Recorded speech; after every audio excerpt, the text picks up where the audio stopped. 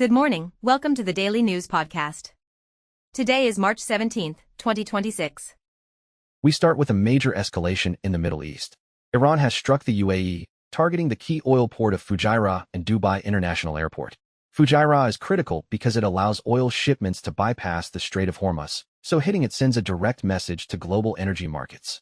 Flights were disrupted in Dubai, one of the world's busiest travel hubs, and while full damage assessments are still coming in, the geopolitical shockwaves are immediate.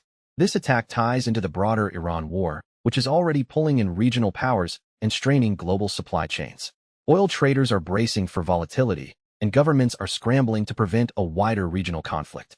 That's the kind of strike that doesn't just stay regional. When energy infrastructure gets hit, everyone feels it at the pump and in their portfolios. And speaking of pressure, Cuba is waking up in the dark. Cuba's national electric grid has completely collapsed, leaving roughly 10 million people without power. Officials blame a tightening U.S.-imposed oil blockade that's worsened chronic fuel shortages.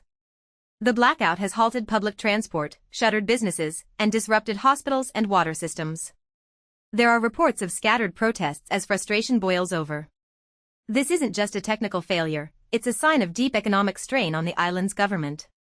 With limited access to fuel imports and aging infrastructure, recovery could take days, if not longer. The situation raises fresh humanitarian concerns and adds another flashpoint to already tense U.S.-Cuba relations. A nationwide blackout in 2026 is staggering. It really underscores how fragile energy security can be when geopolitics and infrastructure collide. And that theme carries straight into markets.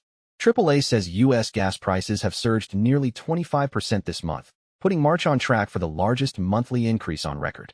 The spike surpasses previous jumps we saw during earlier geopolitical crises. Analysts point to the Iran conflict, supply fears, and refinery constraints. For consumers, that means more expensive commutes and higher shipping costs, which could ripple into grocery and retail prices. Inflation has already been sticky, and this kind of fuel shock complicates the Federal Reserve's path forward. Markets are now pricing in the possibility that energy-driven inflation could linger longer than expected. And drivers are going to notice that immediately. A 25% jump in 1 month is not subtle. On the tech and legal front, there's a case getting a lot of attention. 3 Tennessee teenagers are suing Elon Musk's Jacky AI, alleging its Grok chatbot generated sexualized images and videos of them as minors. The proposed class action claims the AI created and spread harmful content without consent, raising serious questions about safeguards in generative systems.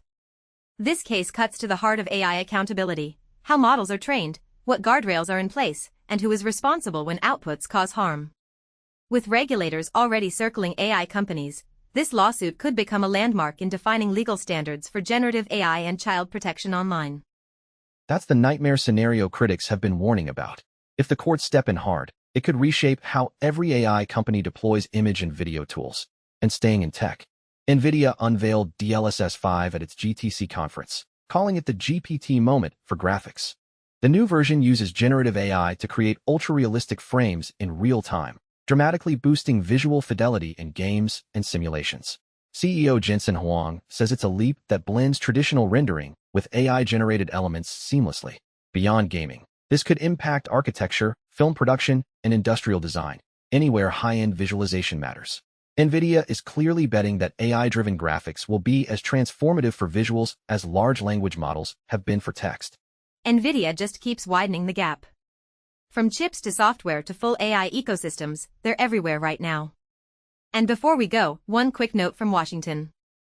The U.S. Supreme Court is set to hear arguments over the administration's push to end legal protections for migrants from countries including Haiti and Syria.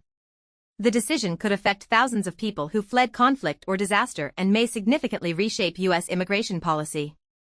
A ruling there could have lasting humanitarian and political consequences. That's it for today's briefing. Thanks for starting your morning with us. We'll be back tomorrow with the stories that matter. Have a great day.